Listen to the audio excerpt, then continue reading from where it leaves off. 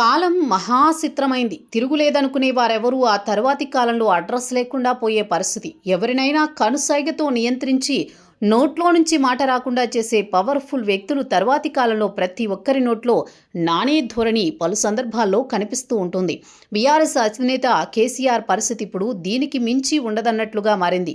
కేసీఆర్ ముందు కూర్చునే ధైర్యం చేయని ఆయన కుటుంబ సభ్యులు ఇప్పుడు అందుకు భిన్నంగా ఆయన కన్న కుమార్తె చేస్తున్న వ్యాఖ్యలు చూస్తే కాలానికి మించిన శక్తివంతమైనది మరేదీ ఉండదన్న భావన కలుగుతోంది. తెలంగాణ ఉద్యమకారుల ఆత్మగౌరవ సభలో మాట్లాడిన కవిత సంచలన వ్యాఖ్యలు చేశారు. అప్పట్లో కేసీఆర్ హయాంలో ప్రజాస్వామ్య విలువలు పడిపోయాయని, అహంకార ధోరణితో వ్యవహరించడం, సహనశీలత లేకపోవడంతోనే బీఆర్ఎస్ అధికారం కోల్పోయిందని, కేసీఆర్ హయాంలో ధర్నా చౌక్ ఎత్తేశారని, నాటి పాలకుల్లో అసహనం ఎక్కువై సామాజిక మాధ్యమాల్లో పోస్టులు పెట్టేవారని అక్రమంగా అరెస్ట్ చేశారని సంచలన వ్యాఖ్యలు చేశారు.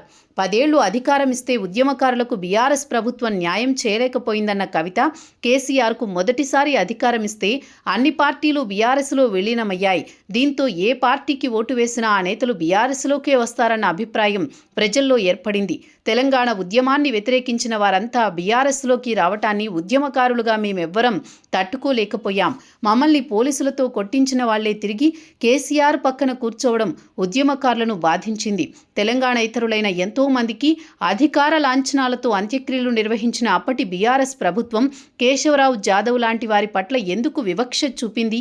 ఉద్యమకారుల పట్ల గత ప్రభుత్వ వైఖరిపై వారు బయట బాధపడి ఉంటే, నేను పార్టీలో ఉండి బాధపడ్డా, జీ హుజూర్ అని అంటే నేను బాగానే ఉండేదాన్ని, క్యా హుజూర్ అని ప్రశ్నించడంతోనే పార్టీలో నుంచి బయటకొచ్చా అంటూ కవిత సంచలన వ్యాఖ్యలు చేశారు.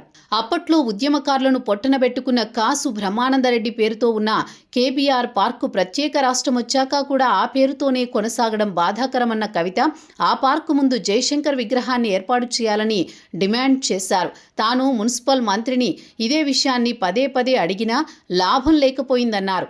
ఇప్పుడు వచ్చిన ఆయన అయితే ఎవరెవరి బొమ్మలు పెడుతున్నారో అర్థం కావడం లేదని సీఎం రేవంత్ తీరును తప్పుబట్టారు. తెలంగాణ ఉద్యమకారుల ఆకాంక్షలు పట్టించుకోలేదు కాబట్టే పెద్ద మనిషి ఓడిపోయారంటూ కేసీఆర్ను ఉద్దేశించి కవిత కీలక వ్యాఖ్య చేశారు.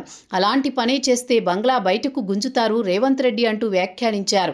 ఈ సందర్భంగా ఆమె రేవంత్ పేరును ప్రస్తావించకుండా, మీరు అదే పని చేస్తే బంగ్లా బయటకు గుంజుతాం రెడ్డి గారు, ఒళ్ళు దగ్గర పెట్టుకుని మరీ ఉద్యమకారుల పట్ల వ్యవహరించండి అంటూ వార్నింగ్ ఇవ్వడం గమనార్హం.